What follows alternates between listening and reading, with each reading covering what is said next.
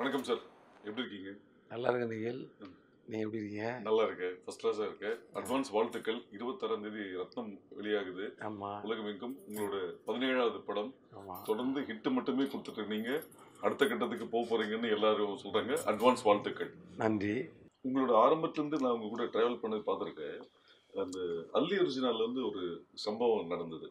என்னன்னா, ராதாகிருஷ்ணன் ரோட்ல ஒரு சந்துள்ள ஒரு வீட்டில் ஷூட்டிங் இருக்கும். 6 மணிக்கு பேக்கப் பண்ணோன்னே சரண் சார் வந்து நாளைக்கு எடுக்க போகிற சீன் உங்ககிட்ட பேசிட்டு அவர் கிளம்பிடுவார். நீங்கள் வந்து ப்ரொடக்ஷன் மேனேஜர்கிட்ட நாளைக்கு ஆர்டிஸ்ட், டெக்னீஷியன் எல்லா லிஸ்ட்டு கொடுத்துட்டு எக்ஸ்பிளைன் பண்ணிட்டு இருக்கும்போது கரெக்டாக 5:30 மணிக்கு 2 பைக்கில் 3 பேர் வருவாங்க. வந்தோடனே முடிச்சதுக்கப்புறம் அந்த 3 பேர் கம்பெனிலேருந்து காஃபி டீ கூட குடிக்க மாட்டாங்க. ஸோ நீங்கள் முடிச்சதுக்கப்புறம் ப்ரொடக்ஷன் மேனேஜர் நீங்கள் அந்த பைக்கில் ஏறிட்டு உங்களோட படம் டிஸ்கஷனுக்கு போயிடுவீங்க. ஸோ அந்த உழைப்பு தான் இன்னைக்கு இந்த அளவுக்கு கொண்டு வந்திருக்குன்றது வந்து நான் கண் கூட பார்த்துருக்கேன். ஸோ சரண் சார் சொன்ன மாதிரி அப்பயே நம்ம வந்து எப்படி டைரக்ட் பண்ண போறோம், நம்ம வந்து கதை பண்ணி வச்சிருவோன்ற அந்த ஃபயர் உங்ககிட்ட இருந்ததை நான் பார்த்தேன். அதுக்கு என்ன இன்ஸ்பிரேஷன் உங்களுக்கு? இன்ஸ்பிரேஷன் தான். நமக்கு எப்படியும் வந்து தனியாக ஒரு டைம் கிடச்சி உட்காந்து கதை பண்ணால் நம்மளே வந்து சும்மா உட்காந்தா தூசு ஓவராக அடைஞ்சு போயிடும். நீங்கள் ஒரு உங்கள் மொபைலே வச்சுட்டு காலையில் வச்சுட்டு சாயங்காலம் வந்து பாருங்கள், மேலே தேய்ச்சிங்கன்னா கொஞ்சம் அழுக்கெல்லாம் வரும். அது மாதிரி நம்ம சும்மா உட்காந்தோன்னா இதாயிரும். வேலை செய்யாமல் உட்காந்துட்டு நான் கதை பண்ணி உட்காந்தா சும்மா உட்கார மாதிரி ஆயிரும். இதுதான் நான் என்னோட ஸ்டூடெண்ட்ஸும் சொல்லுவேன். இப்போ ஒர்க் பண்ணிக்கிட்டே நீங்கள் கதை பண்ணுங்கள். அதுக்கு ஒரு டைம் எடுத்துக்கோங்க. நீங்கள் தான் ஒதுக்கி ஆகணும். நீங்கள் தான் உங்கள் தூக்கம் 8 மணி நேரம் தூங்காதீங்க, 5 மணி நேரம் தூங்க. அந்த 3 மணி நேரத்தில் கதை பண்ணுங்கள். சீக்கிரமாக குளிங்க, 1 மணி நேரம் குளிக்காதீங்க. 10 நிமிஷத்தில் குளிச்சுட்டு அந்த 50 நிமிஷத்தில் கதை பண்ணுங்கள். எனக்கே ஒரு நாள் டைரக்டர் வெளியூர் எப்படியும் நான் இப்படியே இருந்துட்டு இருப்போம். வெளியூர் ஒரு 5 நாள் போகிறப்போ அந்த 5 நாள் லீவாக கன்வெர்ட் பண்ணிக்கிட்டு ஆஃபீஸில் என் ஆஃபீஸில் உட்காந்து ஒர்க் பண்ணுங்கள். என் ஆஃபீஸில் நம்ம ஸ்டூடெண்ட்ஸ் எல்லாம் சேர்ந்து ஒவ்வொருத்த கதையை பேசிக்கோங்க. அது மாதிரி பண்ணலாம்ல. தனியாக நான் வந்து கதை பண்ணுறேன்னு சொல்லி லீவ் விடாதீங்க. உங்கள் மனசே தூசு அடைஞ்சு போயிடும். ஏன்னா வேலை செஞ்சுட்டு ஆடிய கால்களும் ஓடிய கால்களும் வந்து நின்னாச்சுன்னா அப்புறம் வந்து அது வந்து அப்படித்தானே உங்களுக்கு நமக்கு மனதளவில் நம்ம வந்து சும்மா இருந்தால் ஒரு ஐடியல் டெவில்ஸ் ஒர்க் ஷாப்பா அது மாதிரி ஒன்று சொல்லுவாங்க. அந்த மாதிரி ஒரு மாதிரி மைண்டு வந்து துருப்பிடிச்சு போயிடும். சார், ரத்னம் யாரு? ஹரியோட இன்னொரு ரெப்ளிகாவா இல்லை சொசைட்டியில் ரத்னம் யாரு? ரிப்ளிகாலாம் என்னோட ரிப்ளிகாலாம் அப்படி கிடையாது. நான் யோசிக்கிற கேரக்டர் தான். நமக்கு வந்து ஒரு திடீர்னு ரோட்டில் ஒரு விஷயம் வரும்போது போய் அடிக்கணும்னு தோணும் தெரியுமா? அதை நம்ம செய்ய முடியாது, யாருமே அதை செய்ய வேணாம். அதை வந்து ஒரு சினிமாவில் வந்து ஒரு ஹீரோவை வச்சு நம்ம செஞ்சு அது வந்து நம்ம சந்தோஷப்பட்டுக்கிறோம், அவ்வளோதான். ஒரு படம் எடுக்கிறோம், அந்த படத்துக்கு ஒரு வாய்ப்பு கிடைக்குது, அந்த வாய்ப்பில் வந்து அந்த ஹீரோவுக்கு ஒரு கேரக்டரைசேஷன், அது நம்ம கோவத்தை அந்த ஹீரோ மேலே ஏற்றி அவங்க மூலமாக நம்ம சாதிச்சுக்கிறோம், அவ்வளோதான். அது end of the fight edit பண்ணி பார்க்கும்போது நல்ல அது வந்து திருப்தியாக வந்ததுன்னா இப்போ நமக்கு ஒரு ஆத்ம திருப்தி. உன இந்த மாதிரி தப்பு பண்ணவனை நல்லா நொறுக்கி எடுத்தோண்டா அப்படின்னு. ஏன்னா இன்னைக்கு வித்தியாசமாக மக்கள் கெட்டு போய் கிடக்குறோம். எல்லாரும் சேர்த்து தான் சொல்லணும், என்னையும் சேர்த்து தான் சொல்லணும். நான் ஒரு இடத்துல பார்க் பண்ணால் அதான் கரெக்டாக நடன்னு எனக்கு ஒரு இடம், நான் இன்னொருத்த பார்க் பண்ணால் அவன் தப்பாக பண்ணுறான்னு ஒரு ஜடம். இந்த மாதிரி இப்படி வந்து எல்லாரும் மனசும் வந்து ஒரு கசாமுசாய் தான். 60% எல்லாம் கெட்டு போயிட்டோம். ஒரு 40% மக்களால் தான் நாடு நல்லா போயிட்டுருக்குது. ஸோ இப்போ இந்த 60% கெட்டு போச்சுன்னு சொல்கிறத விட ஒரு மாதிரி கன்ஃபியூஸ் ஆகி கிடக்குறோம். எது கரெக்டு தப்புன்னு. ஏன்னா நைட்டு 12 மணிக்கு சிக்னல் பகலில் 12 மணிக்கு ஓடுற மாதிரி ஓடிட்டு இருக்குது. அவன் நிற்க தோணுமா சொல்லுங்கள்? நான் வேணும்னே நிற்பேன்.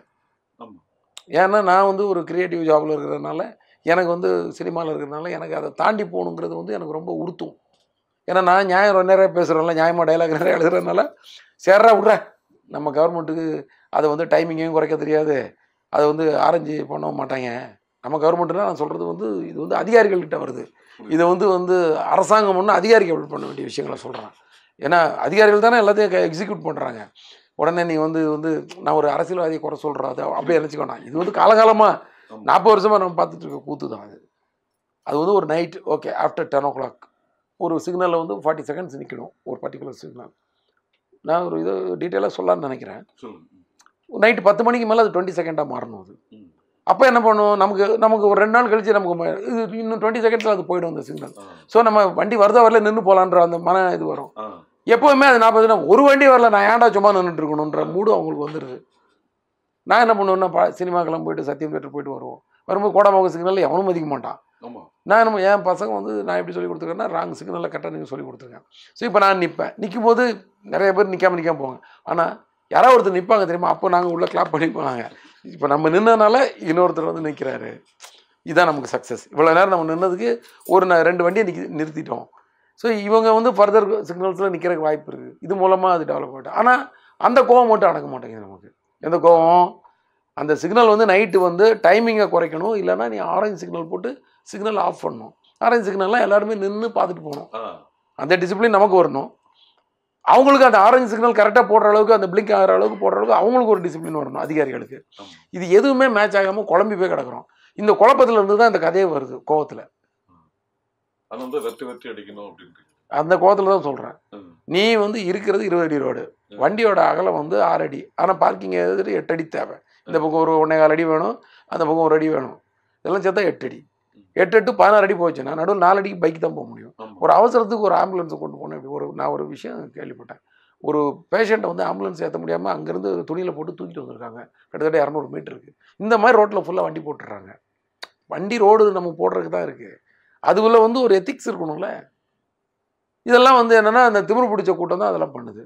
இதில் வந்து கொஞ்சம் ஒரு ஏமாளியான இருக்க கூட இதை கேட்க முடியாமல் அப்படியே அட்ஜஸ்ட் பண்ணி அப்படி கடந்து போயிடுறாங்க. நம்ம ரத்னம் என்ன பண்ணுறான்? கோவத்தில் சொல்லி பார்த்தான், கேட்கல. பேசி பார்த்தான், மதிக்கலை. நைட்டோ மொத்த வண்டியை அடிச்சு உடச்சிட்டான்.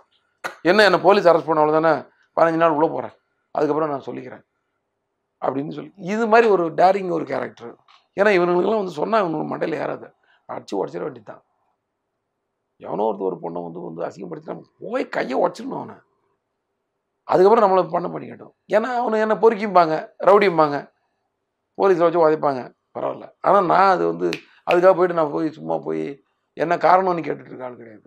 மௌனவனுங்கெல்லாம் கையை உடச்சாதான் நீங்களாம் திருந்தனி கோவப்படுற ஆள். இது வந்து நான் ஒரு எக்ஸாம்பிளுக்கு சொல்கிறேன்.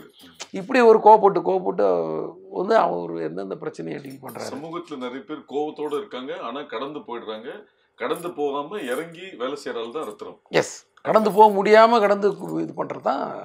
அதனாலதான் நீங்க வந்து இந்த படத்துல சோஷியல் இஷ்யூஸும் இருக்கு, பொலிட்டிக்கலும் இருக்கு. ஒரு சென்சிட்டிவான டாபிக் வைக்கிறதுனால தான் இந்த ட்ரெய்லரோட ஃபினிஷிங்ல பாத்தீங்கன்னா போலீஸ் மெடல் கொடுக்கணும், நம்ம ரத்னத்தை தான் மெடல் கொடுக்கணும் மாதிரி ஒரு டைலாக் இருக்கு. அதுக்கு என்ன ரீசன்? அது ரீசன் நீங்க படத்துல பாத்துக்கோங்க. பொதுவாகவே சார் அது வந்து ஒவ்வொருத்தரும் ஒவ்வொரு மாதிரி டிஸ்கஸ் பண்றாங்க. Let them discuss.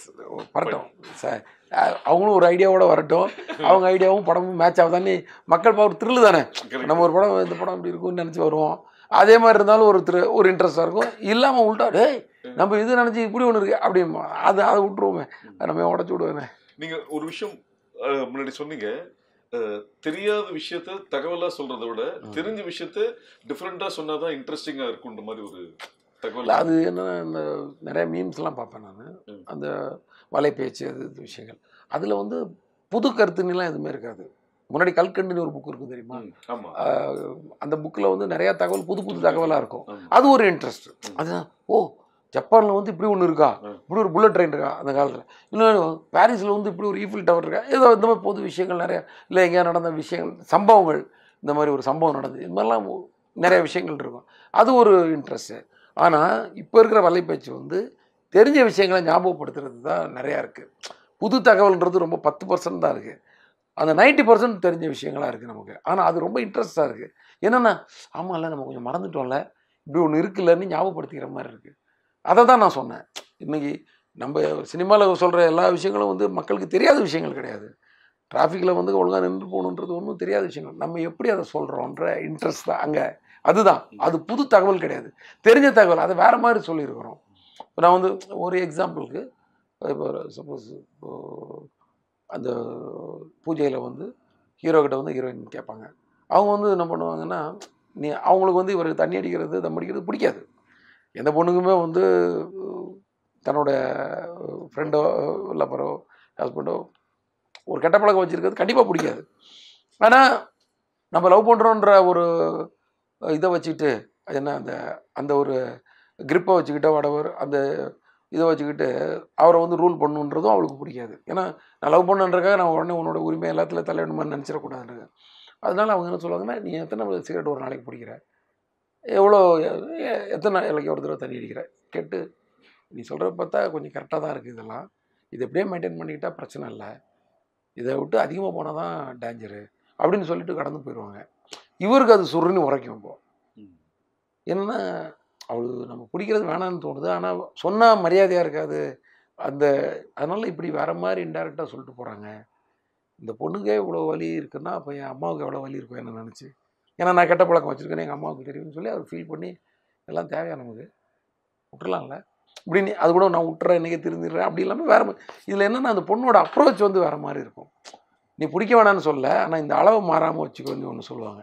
இதுதான் இன்றைக்கி வந்து அந்த விஷயங்களை வந்து இன்னும் டைரெக்டாக மூஞ்சில் போய் குத்துற மாதிரி சொல்லாமல் ஒரு ஃப்ரெண்ட்லியாக கொண்டு போகிற விஷயமா நான் பார்க்குறேன். உங்களோட ப்ளஸ்ன்றது வந்து எல்லாருமே சொல்கிறாங்க. உங்களோட டைலாக் வந்து ஒரு லைனில் இருந்தாலும் அது இம்பேக்ட் அதிகமாக இருக்குன்னு சொல்லி ஒரு படத்தில் கூட நீங்கள் சொல்லியிருப்பீங்க. காயப்பட்டவனுக்கு அது ஆறுற வரைக்கும் தான் வலி, ஆனால் காயப்படுத்தவனுக்கு ஆயுஸ் ஃபுல்லாக வரின்றது ஒரு லைன் தான் கேட்கும் போது, ஆனால் அது ஃபீல் பண்ணும்போது அதோட இம்பேக்ட் ஜாஸ்தி. இது எப்படி உங்களுக்கு இன்ஸ்பயர் ஆகுது இந்த மாதிரி ஒரு விஷயங்கள்? இல்லை, எனக்கு அந்த சீன்லாம் எழுதும் போதெல்லாம் வந்து ரொம்ப உணர்வுபூர்வமாக இருந்துச்சு. ஏன்னா ஜஸ்ட் எந்த தப்பும் பண்ணாத ஒருத்தன், இவனும் வந்து அவனை எதுவும் காயப்படுத்துன்னு நினைக்கவே இல்லை. அவன் ஒரு கெட்டவனை நோக்கி பாயிறான். அது ஒரு நல்லவன் கை போயிடுச்சுன்ற வழியில் இவன் துடிச்சு தான் கிடப்பான். வாழ்க்கை ஃபுல்லாகவே அவன் வந்து ரணமாயிடுவான். அவன் ஏதாவது காயப்படுத்துகிறவனோட பெயின் வந்து, அதுவும் அந்த கேரக்டர் இடது கையில் சாப்பிட்றத பார்க்கும்போது எனக்கு மனசு வலிக்குதுன்னு அழும்போது, அது வந்து உண்மையிலே ஒரு நல்லவன் வந்து தப்பு பண்ணிட்டா அப்படி தான் கும்பிடுவான். தப்பு யார் பண்ணாலும் தப்பு தான். ஆனால் ஒரு நல்லவன் தப்பு பண்ணதுக்கும் ஒரு கெட்டவன் தப்பு பண்ணதுக்கும் உள்ள வித்தியாசம் தான். அதுவும் இந்த படத்தில் ரிஃப்ளெக்ட் ஆகும். நான் காசுக்காக கண்டதையும் பண்ணுற பொறுக்கி கிடையாது, கொள்கைக்காக ஏதோ ஒன்று பண்ணுற ஒரு ஆள் அப்படின்னு சொல்லுவார் அவர். அந்த டைலாக் அங்கே படத்தில் பார்த்துக்கிட்டு. ஏன்னா நான் வந்து அதே கேரக்டர் அந்த மாதிரி தான் எதாவது பண்ணுவேன். ஆனால் நான் காசுக்காக பண்ணல, பொறுக்கி மாதிரி வந்து நான் ஒரு காசுக்காக வந்து ஏதோ ஒரு கொள்கை இல்லாமல் சுற்றுற ஆள் கிடையாது நான் அப்படின்னு விஷயங்கள். அந்த மாதிரி ஆள் அவர். அதுதான் அந்த இடத்துல அந்த மாதிரி இருக்கிறவனுக்கு வந்து வலிக்கும். நம்ம இந்த தப்பு நம்ம பண்ண ஒரு செயல் வந்து ஒருத்தரை பாதிச்சிருச்சுன்றது யாராவது தாங்க முடியாது. நல்ல மனசோடு இருக்கிறவங்க, யதார்த்தமாக வாழ்கிறவங்களால அது தாங்க முடியாது. அடுத்தவங்க ஹர்ட் ஆனால் அவங்களுக்கு வந்து அதை வெளியே ரிஃப்ளெக்ட்லாம் பண்ணி ஐயோலாம் அழலாம் மாட்டாங்க. ஆனால் உள்ளே அவங்களால தாங்க, அவங்களுக்கு தூக்கம் வராது. அது வந்து அவங்களுக்கு மட்டும்தான் தெரியும் அந்த விஷயம். பக்கத்தில் இருக்கிறவங்க கூட ஷேர் பண்ண மாட்டாங்க. ஏன்னா என்னால் அந்த இது நடந்து போச்சு அது. ஆனால் மனசுக்குள்ளே வலிக்கும். அந்த வலியை தான் நம்ம ஹீரோ வாயிலாக சொல்லியிருப்போம். பொதுவாக உங்களோட படத்தோட இந்த 17 படத்தோட ஹீரோஸ், இந்த 17 இந்த பார்க்கல மக்கள், இந்த 16 படத்தோட ஹீரோஸ் வந்து பேசிக்கலாவே ஒரு இன்டெலிஜென்ஸ் பிரில்லியன்ஸாவே இருக்கிற மாதிரி தான் நீங்க கேரக்டரைசேஷன் பண்றீங்க. பிளஸ் ஒரு கால்குலேஷன், இங்கிருந்து போனா இப்படி இது இப்படி இப்படி அப்படின்ற மாதிரி ஒரு விஷயம் கால்குலேட்டிவ் பிளஸ் இன்டெலிஜென்ஸாவே தான் காமிக்கிறீங்க. அது வந்து பர்பஸா ஒரு பாசிட்டிவா இருக்கணும்ன்றதுக்காக பண்ண விஷயமா இல்ல அந்த கதையில அது ஆட்டோமேட்டிக்கா நடக்குது? அது பர்பஸாக பண்ண மாட்டேன் நான். பட் ஒரு கதை எழுதும்போது ஒரு யோசிக்கும் போதே நம்ம வந்து அந்த கேரக்டர் வந்து நெளிவு சுழிவாக நிறைய விஷயங்கள் தெரிஞ்சவனாவே தான் வருது. அது என்னன்னே தெரில. அது அதுக்கப்புறம் நம்மளோட அறிவாளித்தனத்தெல்லாம் அது மேலே ஏற்றிடுறோம். எல்லா விஷயத்துலையும் உலக ஞானம் எல்லாம் தெரிஞ்ச மாதிரி ஆக்கி விட்டுறோம் நம்மளை. அதனால வந்து இதெல்லாம் எனக்கு தெரியண்டா, அங்கேருந்து போனால் இங்கேருந்து போனால் 10 நிமிஷம், இங்கே போனால் 3 நிமிஷம், இங்கே 4 நிமிஷம் போகலாம், போய்ட்டு போனால் கழிச்சு கிளம்பலாம், இப்படி பேசுகிற மாதிரி தான் வருது அது. ஏன்னா நம்ம எங்கே புழங்குறோம், எப்படி வாழ்கிறோம், அதுதான் வருது. ஆமாம், அது வந்து ஒரு போலீஸோட என்கொயரி மாதிரில அது கூட எங்கேயாவது வந்து மைண்டில் யோசிச்சதாக இருக்கும் ஒரு விஷயம். நம்ம வந்து சில நேரம் பார்த்தாச்சுன்னா அருணாக்கோடியெல்லாம் காணுன்னு தேடிக்கிட்டு இருப்போம். பார்த்தாச்சுன்னா இப்போ பேண்ட்டோட போயிருக்கோம். அது மாதிரிலாம் நடந்திருக்கும் எல்லாருக்குமே ஒரு ஏதோ ஒரு சீசன். ஏன்னா அது வந்து அருணாக்கோடி வந்து நீங்கள் என்ன தான் பண்ணாலும் வந்து அது வந்து வெல்டே வைக்க மாட்டாங்க. அது உள்ளே வந்து ஒரு மெழுகு இருக்கும், அதை வந்து உருகி ஊற்றி தான் ஜாயின் பண்ணுவாங்க, அறக்கும்பாங்க. எனக்கு அந்த வேலையும் தெரியும், எனக்கு அந்த ஆசாரி மாதிரி செய்கிற வேலை தெரியும். ஸோ அந்த தொழிலை சொல்கிறேன் நான். ஸோ அந்த வேலை எனக்கு தெரியும். அது இப்போ என்னன்னா அது எனக்கே ஒரு நாள் கண்டிப்பாக கலந்துக்கும். எனக்கே ஒரு நாள் அது வெள்ளிங்கிறதுனால அது வந்து கலந்துக்கிட்டாலும் யாரும் ரொம்ப பண்ணுவோம். ஏன்னா வெள்ளிலாம் அப்போ வந்து கிராம் வந்து 12 ரூபாவில் இருந்தது, 20 ரூபாய்க்குள்ள இருந்துச்சு. இப்போ ரொம்ப அதிகமாகிடுச்சுன்னு நினைக்கிறேன். ஸோ அதனால் அப்படி தான் அறக்காக தான் இருக்கும், வெல்டு இருக்காது. அது கன்ஃபார்மாக ஒருத்தர் காணாமல் போகும். பார்த்தாச்சுன்னா அது வந்து வேஸ்ட்டில் எங்கேயோ ஒருத்தர் மாட்டிக்கிட்டு இருக்கும், இல்லைன்னா பேண்ட்டில் மாட்டிகிட்டு இருக்கும். இது மாதிரி விஷயங்கள் தான் அதில். அது அப்போ நைட்டில் தான் இருக்கும், போய் எடுத்துப்பார் அப்படின்னு சொல்லுவார். ஸோ அவர் போலீஸாக இருக்கிறதுனால அது ரொம்ப வியப்பாக இருக்காது நமக்கு. ஏன்னா அவரோட மூளை ஃபுல்லாகவே போலீஸ் மூளையாக தான் இருக்கும்.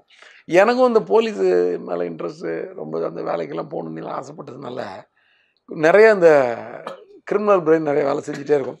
ஸ்கிரிப்ட் பண்ணும்போது உங்களுக்கு எவ்வளோ இதில் வந்து இன்டெலிஜென்ஸ் ஏற்றலாம் அப்படின்ற மாதிரி ஒன்று மைண்டு போயிட்டே இருக்கும். ஸோ ஒரு ஒரு வேங்கையில் வந்து ஒரு ஒரு சாமானியன் ஒரு ஒரு சின்ன பையனாக தான் காட்டியிருப்பேன், ஒரு வாலிபன் பையன். அவர் கூட நிறைய பிரில்லியன்ட் வேலைகள் நிறைய பண்ணிகிட்டே இருப்பார். அதாவது அது ஒரு பெரிய பிரில்லியன்ட் மூவாக அது தெரியாது படத்தில். ஆனால் ஆட்டோமேட்டிக்காக அவங்க யூஸ் பண்ணுற வேர்ட்ஸு, அந்த டைலாகு, அவங்க எடுக்கிற ஸ்டாண்டு, இதெல்லாம் வந்து அந்த மாதிரி தெரியும் அவங்கள. நல்லா சில விஷயங்களை பொறுத்துட்டு நிற்கிறது சில பேருக்காக. இது மாதிரி ஒரு இந்த ஒரு ஒரு நல்ல வெல் டோன்டு ஒரு கேரக்டராக அது ஆயிடுது அது. ஆமாம், அது ஒரு ரவுடி கேரக்டராக இருந்தால் கூட சூர்யா வந்து நம்ம ஆறில் வந்து ஒரு ரவுடி கேரக்டர் தான். பட் அவரும் ஒரு எத்திக்ஸ் பேசுவார்ல. சித்தி புருஷன் வந்து நம்ம அப்பனோட வயசு அதிகமாக கூட இருக்கும், அதுக்காக அவனை பெரியப்பாணி கூப்பிட முடியாது, சித்தப்பா தான் கூப்பிடணும், ஏதோ ஒரு டைலாக் சொல்லுவார். அதெல்லாம் வந்து அவனுக்கும் வந்து அந்த அந்த மாதிரி ஒரு ஃபிலாசபி பேச முடியும். ஒரு பொண்ணை வந்து ஒரு நம்பி வந்த பொண்ணை வந்து போட்டு கொடுக்கக்கூடாதுடா. ஒரு ஒரு பொண்ணை வந்து நம்ம கூட வந்துச்சுன்னா அது வந்து ஒரு முறைடா. ஒரு பிரச்சனைன்னு வந்துச்சுன்னா அதில் அந்த பொண்ணை பேர் எழுக்கக்கூடாதுன்றது ஒரு முறை அப்படின்னு ஒரு வார்த்தை சொல்லுவார்.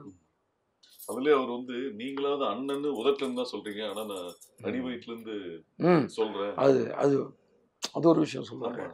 யாருமே நான் என்னைக்குமே அண்ணனே அடி வயிற்றுல இருந்தாலும் சொல்லியிருக்கேன். நீங்கள் வந்து வெறும் வாயில் இருந்தாலும் சொல்லியிருக்கிறீங்க. நீ என்ன யாரும் தம்பியாகவே நினைக்கலன்னு ஃபீல் பண்ணுற இடங்கள்.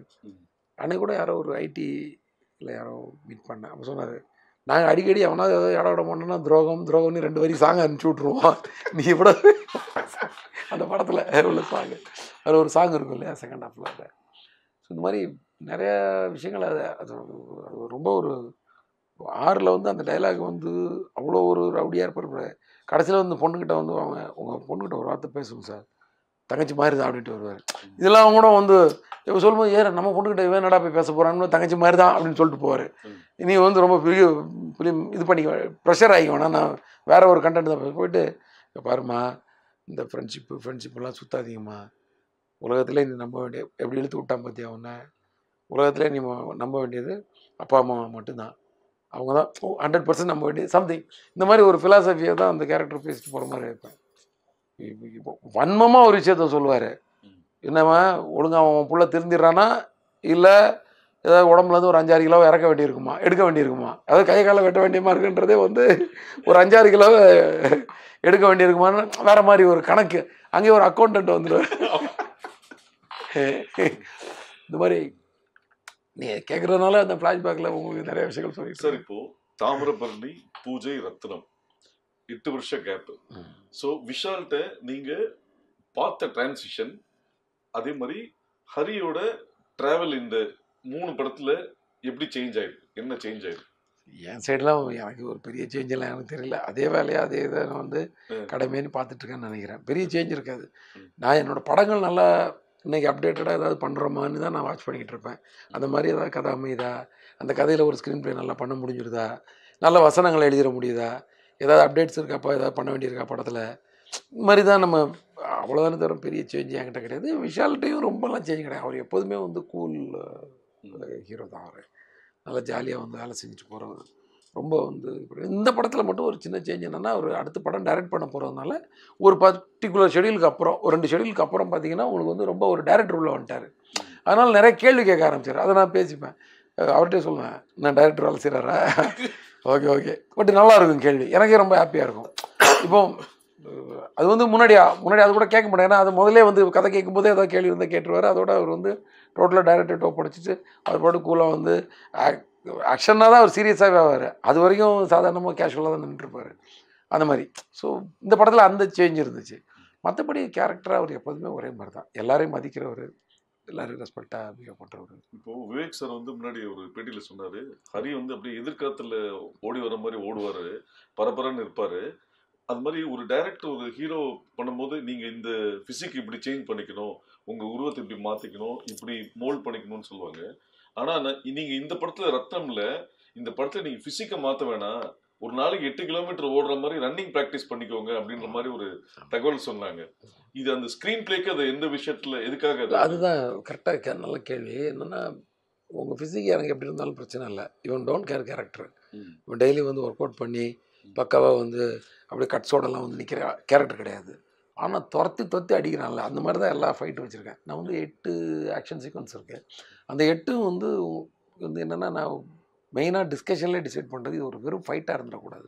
இதில் வந்து ஒரு சேஸ் இருக்கணும். இந்த ஃபைட்டுக்குள்ளே வந்து ஒரு ஒரு ஃபைட்டுக்கு முன்னாடி வந்து ஒரு ஓடி போய் ஒருத்தனை போய் பிடிக்கிறதுக்கு ஓடுறதோ, இல்லை இவர் யாரையோ காப்பாற்றுறதுக்கு ஓடுறதோ, இந்த மாதிரி ஒரு ஓட்டமும் நடையுமா அந்த விஷயம் இருக்கணும். ஸோ நடுவில் அடிதடிங்கிறது கம்மியாக வச்சா போதும் நம்ம. ஸோ முன்ன பின்ன நமக்கு ஒரு பெரிய ஒரு ஒரு ஒரு சாலிடாக ஒரு ஃபுட்டேஜ் வேணும் இல்லையா? அது அந்த மாதிரி நம்ம ஸ்க்ரீன் ப்ளே பண்ணிடணும். ஏன்னா கதை நம்மளை அப்படி தான் சொல்லுது. ஸோ வெறும் நின்று அடிக்கிற மாதிரி ஒரு 2 ஃபைட் இருந்தால் போதும். மற்றபடி எல்லாமே ஓடி ஆடி அந்த மாதிரி இருக்கணும் போது ஹீரோவுக்கு வந்து ஓடி ஒருத்தனை துரத்தி பிடிச்சிக்கிட்டு குறுக்க வர்றவங்களாம் அடிக்கிற மாதிரி ஒரு ஃபைட் வச்சோன்னு வச்சுக்கோங்க. இப்போ அவர் துரத்துட்டு இருந்தால் காலையிலேருந்து ஒரு டேக்குக்கு எத்தனை கிலோமீட்டர் ஓடணும் பாருங்கள். ஒரு ஷாட்டுக்கு எத்தனை டேக் போகும், அது ஆக்ஷன் சீக்வன்ஸ் தான். அத்தனை டேக்கும் ஓடணும். ஒரு 100 மீட்டர் கணக்கு வச்சாலே ஒரு 5 டேக் 6 டேக்குன்னா அதே 600 மீட்டர் ஆச்சு ஒரு ஷாட்டுக்கு. 20 ஷாட் 25 ஷாட் நினச்சி பாருங்கள். ஒரு நாளைக்கு 10 கிலோமீட்டர் மினிமம் ஓடி ஆகணும். ஸோ அதனால தான் நான் அதை சொன்ன அவர்கிட்ட. அவருடைய ட்ரெயினர் கூட பார்த்தேன், தம்பி ஒரு விஷயம் ஞாபகம் வச்சுக்கோ, ஃபஸ்ட்டு டேவே கிட்டத்தட்ட 10 கிலோமீட்டர் ஓட வேண்டியிருக்கு. இது வந்து தொடர்ந்து 80 நாளும் ஓட போகிறார் அவர். நடுவில் எனக்கே ஒரு நாள் சீன் எடுக்கிற அன்றைக்கி ஓடாமல் இருப்பார். அதனால் நீ வந்து சார் நாங்கள் நல்லா ஒர்க் அவுட் பண்ணுவோம். அது கிடையாது, ஓடுறதுக்கு ட்ரைனிங் கொடு ஹீரோவுக்கு. அங்கே வந்து அவருக்கு வந்து அது வந்து ஒரு சேலஞ்சிங் ஆகிடக்கூடாது, அது வந்து ஈஸியாகிடணும் அப்படின்னா ஓகே சார் பண்ணிடலாம். பார்த்தா அதுவும் மாஸ்டருங்கெல்லாம் பின்னி எடுத்தாங்க. நானாவது கொஞ்சம் நியாயம் பார்ப்பேன். ஒரு எந்த கட்டு அவ்வளோதான் ஓட வைப்பேன் ஹீரோவை. ரொம்ப ஓட வைக்க மாட்டேன் நான். லென்த்தை வந்து கரெக்டாக மெஷர் பண்ணி தான் ஓட வைப்பேன். இங்கேருந்து இங்கே தான் வைப்பேன்னு சொல்லி உடனே கட்டுன்னு சொல்லுவேன். ஏன்னா ஓடுற ஒவ்வொரு நிமிஷம் ஒவ்வொரு இது பர்ன் ஆகிட்டே இருக்குது, உடம்புல டயர்ட் ஆகிட்டு இருக்கும், நம்ம வேஸ்ட்டாக அதுக்கு ஓட விடணுன்ற மாதிரி. மாஸ்டருக்கு வந்து நல்லா வரணுன்றக்காக அந்த வெறியில் ஐயோ எனக்கு மூச்சு முட்டும் ஓடும்போது அவர் துரத்திட்டு ஓடுறது பார்த்தா. ஸோ அது வந்து நல்லா நடந்துச்சு அந்த ஃபைட். நீங்கள் ஃபைட்டை பார்க்கும்போது தெரியும் நீங்கள் எப்படி ஓடிருக்காங்கன்னு வந்து பாருங்களேன். ஐயோ ஒரு கதை எப்படி உருவாகுது ஹரிக்குள்ள இருந்து? சும்மா அப்படியே போகிற போக்கில் அப்படியே நம்ம நிறையா பார்த்தது பழகுனது கேரக்டர்ஸு இப்போ சந்திச்சது இந்த மாதிரி ஏதோ ஒன்று உருவாகும்ல. இப்போ வந்து இப்போ அது ஒரு கேல்குலேஷன் மாதிரி தான். அப்பா ஒரு பெரிய ஹீரோ, அதாவது நிறையா படங்கள் பண்ண ஒரு ஹீரோ, பெரிய ஹீரோ சின்ன ஹீரோ எல்லாம் ஹீரோ தான். அந்த மாதிரி குறைந்த படங்கள் பண்ண ஹீரோ அப்படி பிரிச்சுக்கலாம். இவங்களுக்கு ஒரு 2-3 கதை வச்சுக்கிட்டே இருக்கணும், அவங்களுக்கு 2-3 கதை வச்சுக்கிட்டே இருக்கணும். ஒரு சின்ன பட்ஜெட்டாக இருந்தால் அதுக்கு ஒரு 2 கதை வச்சு இப்படி எல்லார்கிட்டையும் ஒரு 4-5 கதை இருக்கும் இல்லையா? அந்த மாதிரி தான் அப்பப்போ வந்து நம்ம ரெடி பண்ணிக்கிறது. ஏதாவது ஒரு சின்ன படம் ரிலீஸ் ஆகிடுச்சு, ஒரு மாதத்துக்கு வந்து நம்ம வந்து வேறு இருக்காது. இப்போ அடுத்த ஸ்கிரிப்ட் என்னன்ற தேடுதல் தான் இருக்கும். ஆக்சுவலாக வந்து முன்னாடி வந்து டைம் ரிலீஸ் டேட்டு போடாமல் இருக்கிறப்போ உங்களுக்கு வந்து ஃபைனல் கட்டு முடிஞ்ச உடனே நான் கதை பேச ஆரம்பிச்சிடுவேன். எப்படின்னா ஃபைனல் கட்டு முடிஞ்சோடனே வெளியில் வந்து எடிட் முடிஞ்சு வெளியில் வந்து உட்காந்து ரிலாக்ஸ் பண்ணுவோம்ல, அப்போது யாராவது கூட இருக்க அசிஸ்டன்ட் இருப்பாங்க, அவங்க கூட ஏதாவது அடுத்த படத்தை பற்றியோ அடுத்த கதைகளை பற்றி பேச ஆரம்பிப்பேன். ஆக்சுவலாக இந்த படத்தில் எனக்கு சுத்தமாக எனக்கு அடுத்த வேளை சாப்பாடு என்னன்னு கேட்டாலே எனக்கு வந்து சொல்ல தெரியல, எதையாவது வாங்கி கொடுப்பா பசிக்கு அப்படின்னு அதுக்கு கூட யோசிக்கிறதுக்கு டைம் இல்லை. ஏன்னா இது வந்து நாங்கள் ஒரு டைம் லிமிட் வச்சு அந்த April 26 அச்சீவ் பண்ணணும்னு சொல்லி ப்ரொடியூசர் விஷால் 2 பேருமே கேட்டுக்கிட்டாங்க.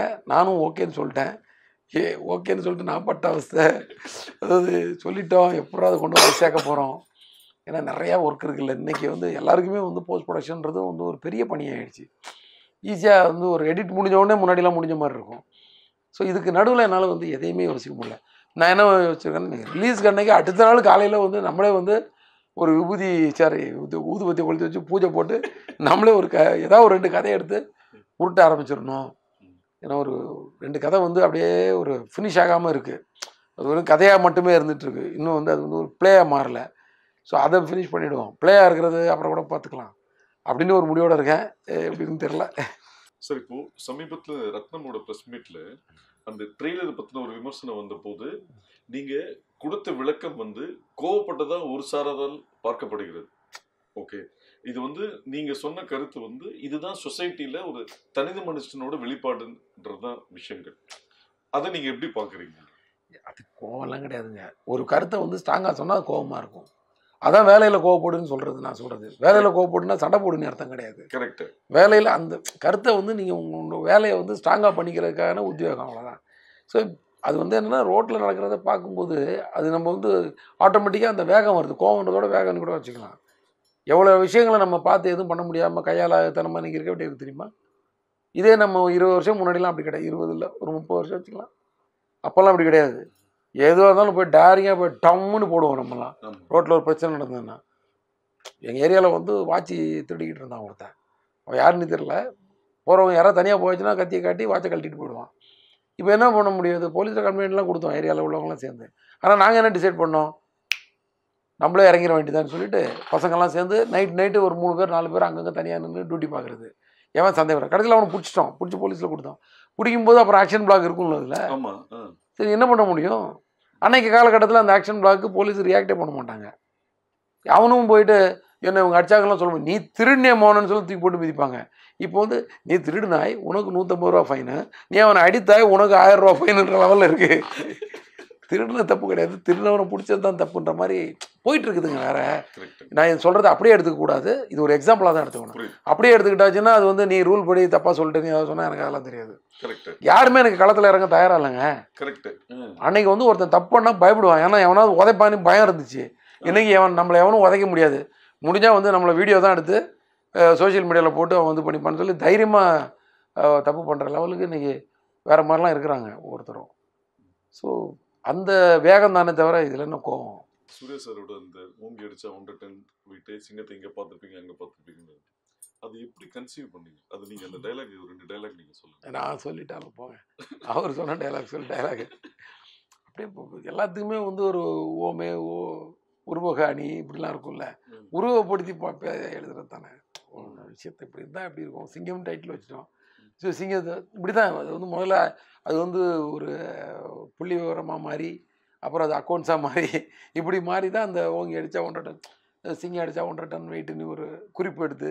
ஸோ ஓகே, அப்போ அவன் கோவத்தில் அதை அண்டர்லைன் பண்ணி சொல்கிறான் அப்படின்னு அந்த கேரக்டர் அப்படி சொல்லுது அப்படின்ற அவன் சொன்னது அந்த கேரக்டர் சொல்கிறான். அந்த மாதிரி அந்த துரசிங்கம் கேரக்டர் வந்து அந்த கோவத்தில் அப்படி கொந்தளிக்கிறா, அப்போது அந்த வார்த்தை வருது அப்படின்ற மாதிரி விஷயம் பண்ணி அதை அடிக்கிறதுல இதில் கூட திரும்பி ஒருத்தன் வரும், அவனை டமாலு திரும்பி பார்த்து அடிக்கிறது, அவன் புரண்டு போய் உழுறது இந்த லோகங்களில், அந்த கையெல்லாம் அப்படி செவந்து அதில் என்னென்னா உங்களுக்கு அந்த டைலாகோட ஹைலைட் என்னென்னா, மண்வெட்டியும் கடப்பாரையும் பிடிச்ச கைடா இது, இந்த அடியெல்லாம் நீ தாங்க முடியாது, நீங்கள் அது அந்த மாதிரி கையெல்லாம் நான் பார்த்துருக்கேன், இதெல்லாம் ரியாலிட்டி. கலாபவன் மணி சார் கையை தொட்டு பார்த்துருக்கீங்களா? இரும்பு கை மாதிரி இருக்குங்க. ஏன்னா அவர் அவ்வளோ ஒர்க் பண்ணியிருக்காரு போல இருக்கு. கையை பிடிச்சாருன்னா வேலில் வந்து ஒரு கணக்கப்பில் ஒரு நோட்டு எடுத்து வர அதை அடிப்பாருங்க. நோட்டு 3 துண்டாயிடுச்சுங்க, ஒரு பெரிய லாங் சைஸ் நோட்டு. என்னடா நோட்டு பிஞ்சு போச்சுன்ற பாரத் என்னோட அசிஸ்டண்ட் அசோசியேட்டாக இருந்தார். சார் என்ன சார் அவர் ஒரே அடி அடித்தார், நோட்டை வந்து எங்கேயும் வச்சிடலாம் இல்லை, கையில் பிடிச்சிட்டு தான் கணக்கு டமால் அடிப்பார். நீ பவுடருக்கு பதிலாக பான்ஸ் பவுடர் வாங்கி கொடுத்த பாஸ்பரஸுக்கு பதிலான்னு சொல்லி அடிப்பார். துண்டாயிடுச்சா அப்படி சார் என்ன சார் கையில் வச்சுருக்கீங்க அப்படின்னு சொன்னாச்சுன்னா சும்மா கை கொடுக்கலாம்னு சொல்லி அமுக்க. ஐயோ அட மிகப்பெரிய கலைஞர்ல. தேங்க்யூ, நன்றி.